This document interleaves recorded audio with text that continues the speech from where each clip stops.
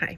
So, this week we've been talking about attachments again and again and again and again. And we've discussed what attachments are internally, what we tend to hold on to externally, what we tend to hold on to, what all that shit means.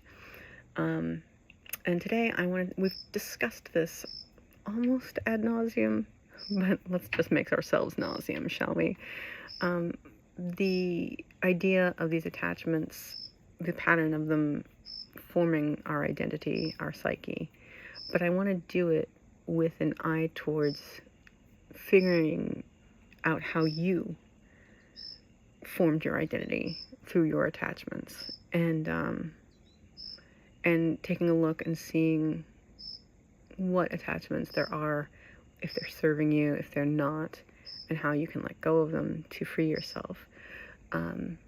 So we're going to go over a lot of stuff that we've kind of mentioned already, but we're going to do it with this look to exploring inside what it is, how it shows up in your life. So, let's talk about how attachments are the foundation of our identity. So, as you know, our identity is formed through these attachments to experiences, beliefs, emotional patterns, material objects, whatever the case may be. It is a pattern of emotions and behavior that have been repeated so often, stories that we tell ourselves so often that it becomes who we believe we are. Which again, what are we? We are the being observing all of that. Yes, that's right. Good job. And over time, these things, they create a lens where we interpret that we see through. We see the world through. We see ourselves through. And it's how we interpret the world around us, things that happen, how they interact with us, how they relate to us, and our sense of self. So someone who had to be self-reliant as a child might think, oh, I don't need anyone, which will define how they engage in relationships, right? I'm the person who doesn't need anyone, so boop, boop, boop, boop, boop, boop, boop, which we've talked about. No one really needs anyone, but I hope you understand that is like relative and not relative, so within life, if I were to say I don't need anybody, it's more of a protection mechanism that allows us to build up walls, and because we're afraid of depending on someone and being let down or whatever the case may be. Anyway, the point is that the identity is more fluid than we realize, but we tend to cling to these attachments because they feel safe and familiar. So let's begin to think about that, how that shows up in your life. You can question, think of some aspect of your own identity that you really feel is fixed. Like how do you identify? What's one of the base identifications that you have? And identify it, and then kind of ask yourself, is this belief or attachment serving me? And if so, how? And if not, what would happen if I release it? What would the result be? You don't even have to work on releasing it. Just think about, what would life be like if that's not something I hung on to? And this is kind of a first step that you can take in kind of shifting your mind away from clinging to things and into a safer space where you can explore who you really are and who you want to be, or in the relative sense, who you want your psyche to be, right? What do you really want? How do you really want to show up in the world? How do you want to feel? What do you want your relationship with the world to be like? It's not just attachments, right, that build our psyche. It's our reactions to the attachments. So really, our psyche is shaped by repeated emotional reactions to experiences. And these habitual reactions solidify into automatic responses, and that's why we feel like they define us. We mistake these repeated actions for our true selves. So where does that show up in your life? What things that do you do habitually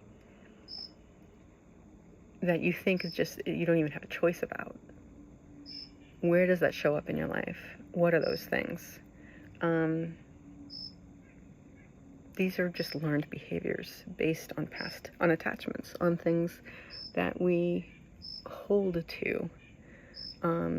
So when you feel yourself reacting defensively or emotionally, cultivate the sense of self-awareness that we talked about a couple months ago.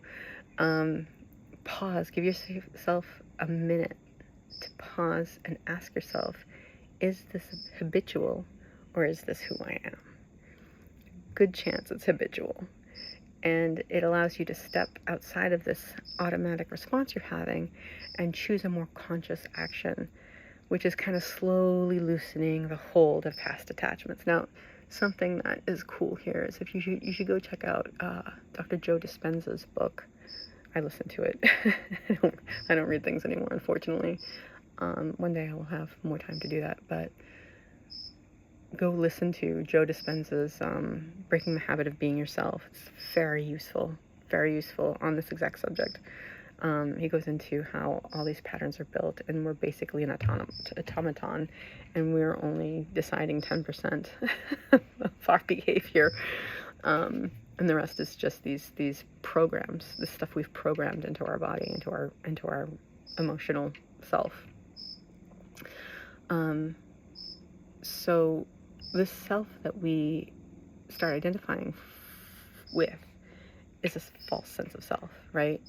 Our psyche kind of gets all tangled up in these roles and labels that we've attached to, these narratives we've given ourselves, these stories, this little Red Riding Hood things that we identify with, and it creates this false sense of self, right? These roles that we give ourselves actually act as masks, and they actually obscure our true identity. So if you, let's say, identify yourself like I am very successful and wealthy, if things happen where you don't, this is how people end up killing themselves after like a financial loss, right? Like you identify so much with your ability to make money that when you lose it, that's it. Life is not worth living anymore. That's not shit you want to do to yourself with money or any other thing. And of course that's an extreme example, but you get the point. Letting go of these sorts of attachments makes it so that we can be ourselves, and we don't have to worry about external validation or internal validation because we already see ourselves as valid. We don't have to keep comparing ourselves to these false narratives. So one thing that you could do to kind of think about this in your own life and how it shows up in your own life is to kind of identify a role or a label that you've attached to. Like a lot of people are the caregiver, like a lot, especially like women in older generations, and even women now.